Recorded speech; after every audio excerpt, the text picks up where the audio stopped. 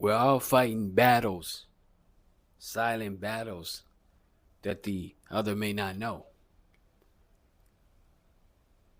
Of course, I get caught up in my own life and go, this thing, that is not moving the way I want. I'm feeling some sort of angst, stress is upon me. I got responsibilities, I got things to accomplish and achieve. Then I go barking up another tree. And by that, I mean speak to another human being, a fellow person. And you realize that if you're privileged enough to kind of get an insight of their life, you realize that they too have things that they're dealing with that are hang-ups and that are worriers or stressors or just something that they're trying to overcome or that they are struggling with, that they're managing. And it's an everyday battle. It's a moment to moment battle, right?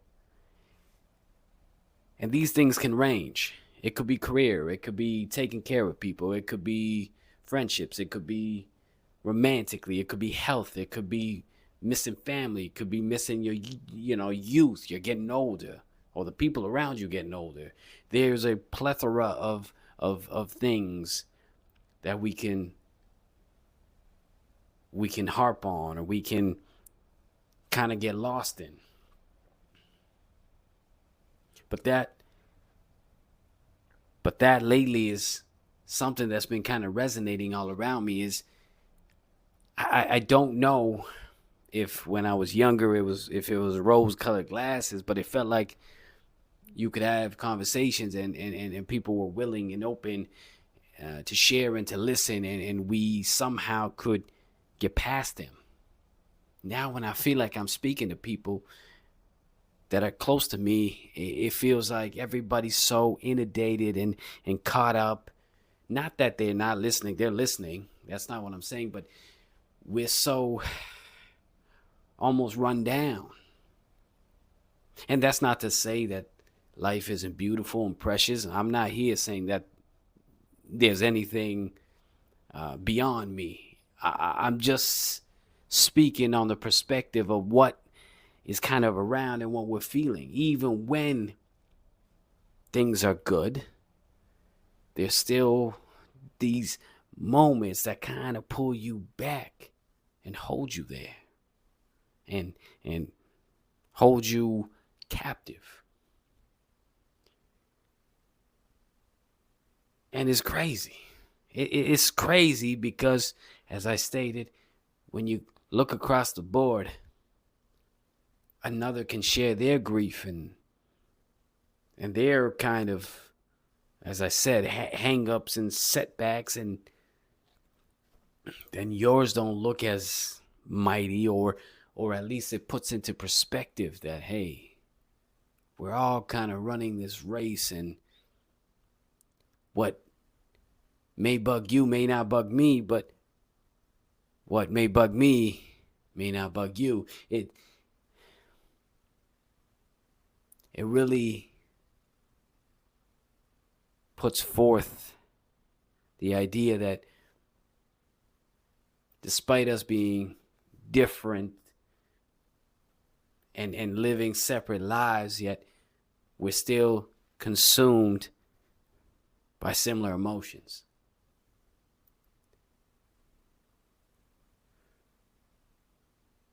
We can have moments of joy and moments of celebration.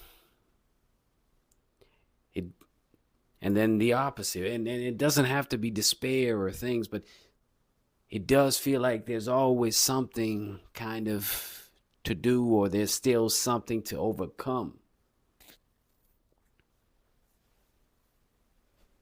When do we sit there with all of the noise, all the responsibilities, with with all of the extra baggage, we just sit there and illuminate in peace. Not that we're not actively seeking solutions, and not that we're belittling the problem, but we realize that life will always have stones on your path. But if every small rock we take and make it larger and larger, well, then it becomes harder to walk, period. So, finding peace in the chaos perhaps is the whole strategy. How that's done, well, that's still something that I continue to figure out. Some moments, some days, some weeks, I have it all pat. Then snap of a finger and I'm back into not having a clue, not knowing what to do. But I've seen time in and time out that if you lean into peace, that's when the walk is more than bearable. It becomes even enjoyable. Food for thought. Rock City the Soul Man has already checked in on another episode of Pass the Mic. Rock City the Soul Man. Wait.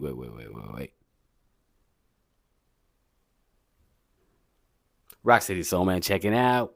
Peace, love, peace above all. Take care of yourselves.